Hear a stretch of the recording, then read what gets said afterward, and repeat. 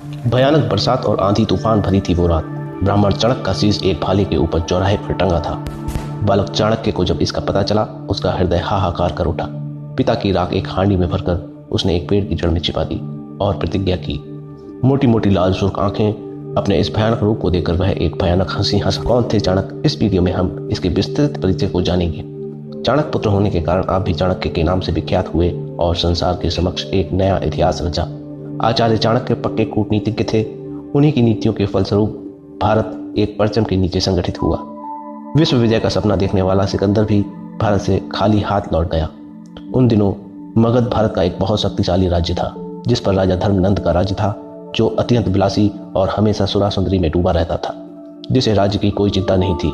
राजा के महामंत्री शकटार ही राज्य का कार्यभार संभाल रहे थे और राजा के कुशासन के कारण मगध की दयनीय स्थिति के लिए चिंतित रहते थे। वह अपने परम मित्र ब्राह्मण चाणक्य, जो एक देशभक्त भी थे, उनसे अक्सर राज्य की स्थिति के बारे में चर्चा किया करते थे और उचित परामर्श भी लिया करते थे।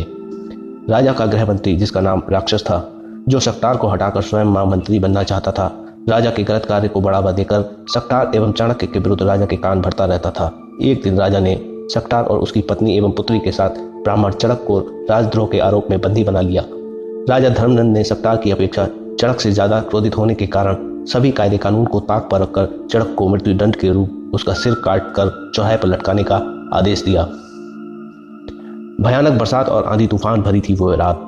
ब्राह्मण चाणक्य का शीश एक भाले के ऊपर चौराहे पर टंगा था। बालक चाणक्य को जब इसका पता चला तो उसका हृदय हाहाकार कर उठा। बड़े साहस का परिचय देकर बालक आंधी तूफान से बचता बचाता चौराहे तक पहुंचा और किसी तरह से अपने पिता का शीश लेकर गंगा तट पहुंचा और अंतिम संस्कार किया। बाद में पिता की एक राख को हांडी में भरकर एक पेड़ की जड़ में छिपा दिया और प्रतिज्ञा की, इस राख को उसी दिन गंगा में प्रवाहित करेगा जिस दिन अत्याचारी धर्मनंद से अपने पिता की हत्या का प्रतिशोध लेगा। इसके बाद चाणक्य ने एक नई यात्रा आरंभ की। सबसे पहले उसने अपना हुलिया बदला, जानबूझकर स्वयं को कुरूप बना लिया, अग्नि स्नान करके अपने बदन को झुलसाया।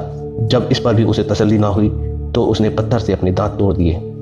बालक चाणक्य ऐसा कोई भी निशानी नहीं छोड़ना चाहता था जिसे वह चाणक्य पुत्र के रूप में पहचाना जाए। आग में झुलसा हुआ काला शरीर, दांत टूटने के कारण मुख से बहता लहू, मोटी मोटी लाल सुर्ख आंखें, अपने इस भयानक रूप को देखकर वह एक भयानक हंसी हंसा। उसकी उस खौफनाक हंसी से वातावरण सहम गया। हवा रुक सी गई। गंगा की कलकल करती जलधारा की चंचलता जैसे समाप्त हो गई हो। अब कौन कह सकता है कि मैं चाणक्य के पुत्र कौटिल्य हूँ? मर गया कौटिल्य, आज से मेरा नाम विष्णुगुप्त है।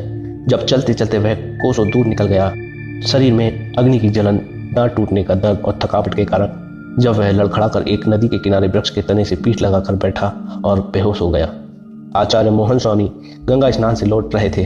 पेड़ से पीठ टिकाए बैठे एक बालक को देखकर चौंक पड़े। जल के कुछ छींटे उसके मुंह पर मारे और कुछ जल चुल्लू में देकर उसको पिलाया।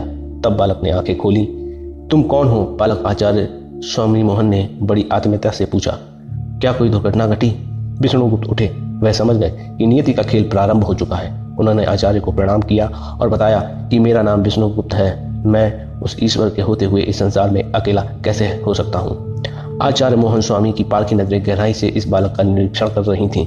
वह इतना तो समझ ही चुकी थीं कि यह बालक अत्यंत बुद्धिमान और साहसी है और उन्होंने बालक को पाठशाला में ज्ञान अर्जित करने और अपने साथ रहने का आमंत्रण दिया।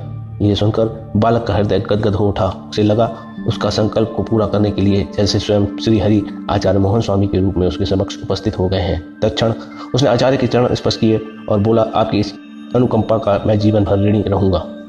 पाठशाला से ज्ञान अर्जित करने के बाद चाणक्य ने तक्षशिला से अपनी उच्च शिक्षा को समाप्त किया और बाद में वहीं के आचार्य पद पर आसीन होते हुए उन्होंने कौटिल्य के नाम से अर्थशास्त्र नामक ग्रंथ की रचना की। धर्मनंद ने एक सुंदर नवयुवती से नया विवाह किया जिसका नाम रानी मूरा था, जिससे उसे एक पुत्र की प्राप्ति हुई जिसका नाम चंद्र था।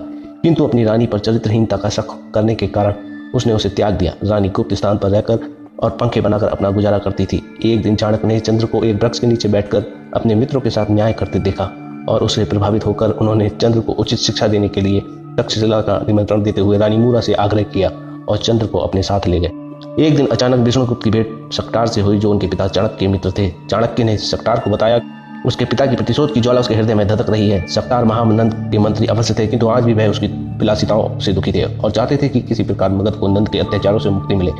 जब नंद की माता का श्राद्ध उत्सव था, सारी व्यवस्था शकटार के हाथ में थी। वह चाणक्य को राज दरबार में ले गए और उन्हें सबसे अग्रणीय आसन ग्रहण करने को कहा। दुराचारी, दंभी और अन्यायी महानंद ने चाणक्य की क्रूरता को देखकर ब्राह्मण होने के बाद भी उन्हें अपमानित किया। तब ब्राह्मण चाणक्य ने अपनी शिखा की चोटी गांठ खोलकर प्रतिज्ञा की कि इस शिखा की गांठ मैं तभी लगाऊंगा जब मगध को महानंद के अत्याचारों से मुक्त कर दूंगा।